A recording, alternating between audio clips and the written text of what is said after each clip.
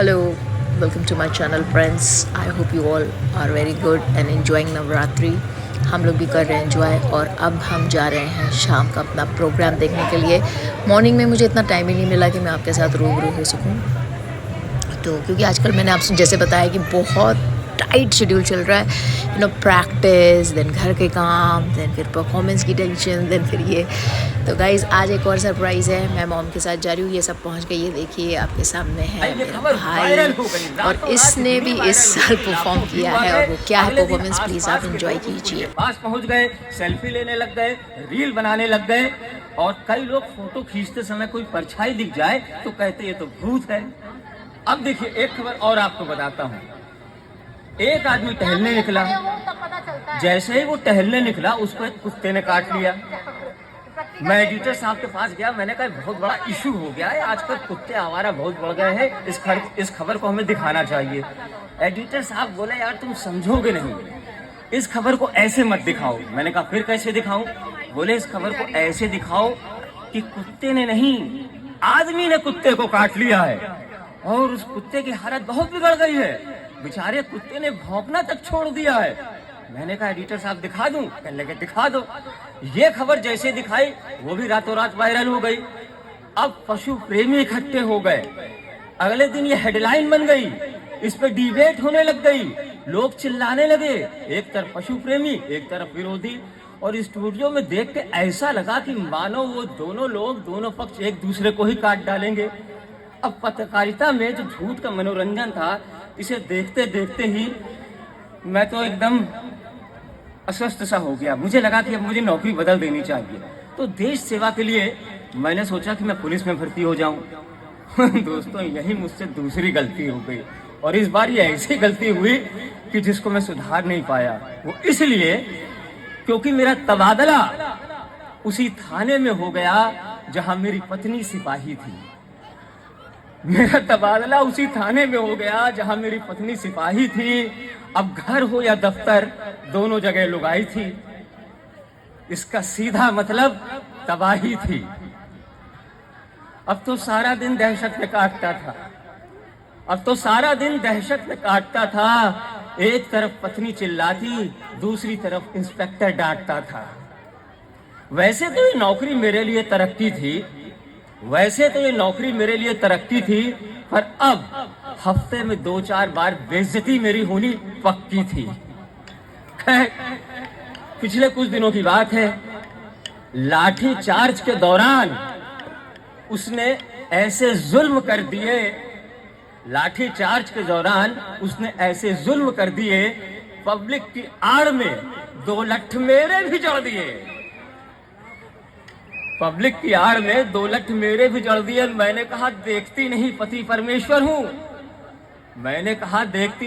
परमेश्वर हूं. बोली घर चल करके उतारूंगी आरती, अभी ड्यूटी पर हूं.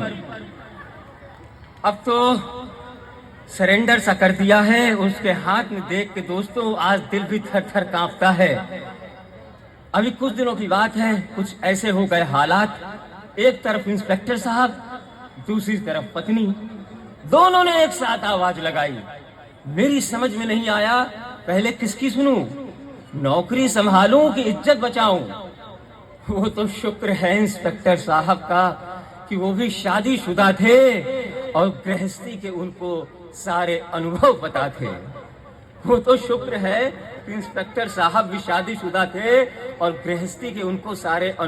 थे. बोले मेरा क्या है, आज यहाँ कल दूसरा थाना है और तुझे तो बेटा लौट के शाम को घर जाना है और सारा जीवन इसी के साथ बिताना है. जा पहले पत्नी से पूछ कि क्या बात है. रो मत बेटा, मेरे घर में भी यही हालात है. और मेरी छोड़ कमिश्नर साहब का भी यही हाल है. होंगे अफसर पर घर में किसकी मजाल है. अब तो डर डर के खोखला हस्बैंड हो गया हूँ. नौकरी जरूर करता हूँ पर लगता है कि सस्पेंड हो गया हूँ. अब तो डर डर के खोखला हस्बैंड हो गया हूँ। नौकरी जरूर करता हूँ पर लगता है कि सस्पेंड हो गया हूँ। अभी कुछ दिन पहले दिन था वैलेंटाइन, ड्यूटी थी कंबाइंड। मैंने उससे डरते डरते हिम्मत जुटा के पूछ ही लिया कि आज शाम को क्या चलोगी कॉफी शॉप में? आज शाम को चलोगी क्या कॉफी शॉप में? बोली बंद करवा दूंगी छेड़खानी के आरोप में। अब नखरे बताता हूँ, सुनिएगा। कहती है ये घर नहीं थाना है, कहती है ये घर नहीं थाना है, यहाँ पत्नी वाला रिश्ता नहीं चलेगा और ऊपर की कमाई में भी हिस्सा आधा आधा बटेगा। ये घर नहीं थाना है, यहाँ पत्नी वाला रिश्ता नहीं चलेगा और ऊपर की कमाई में भी हिस्सा आधा आधा बटेगा। और सच्चाई तो यह है दोस्तों कि सब इंस्पेक्टर हो करके भी मैं मुलजिम की तरह लाचार हूँ। सब इंस्पेक्टर हो करके भी मैं मुलजिम की तरह लाचार था। मेरी वर्दी पर लगा हर स्टार बेकार था और वो सिपाही हो करके भी थानेदार थी। वो सिपाही हो करके भी थानेदार थी और बिना स्टार के भी सुपरस्टार थी। बिना स्टार के भी सुपरस्टार थी। पर ना कोई शिकवा ना कोई गिला, ना कोई शिकवा ना कोई गिला, क्योंकि इस बार बहादुरी का इनाम डिपार्टमेंट की तरफ से मुझको मिला। बहादुरी का इनाम डिपार्टमेंट की तरफ से मुझको मिला। वो इसलिए मिला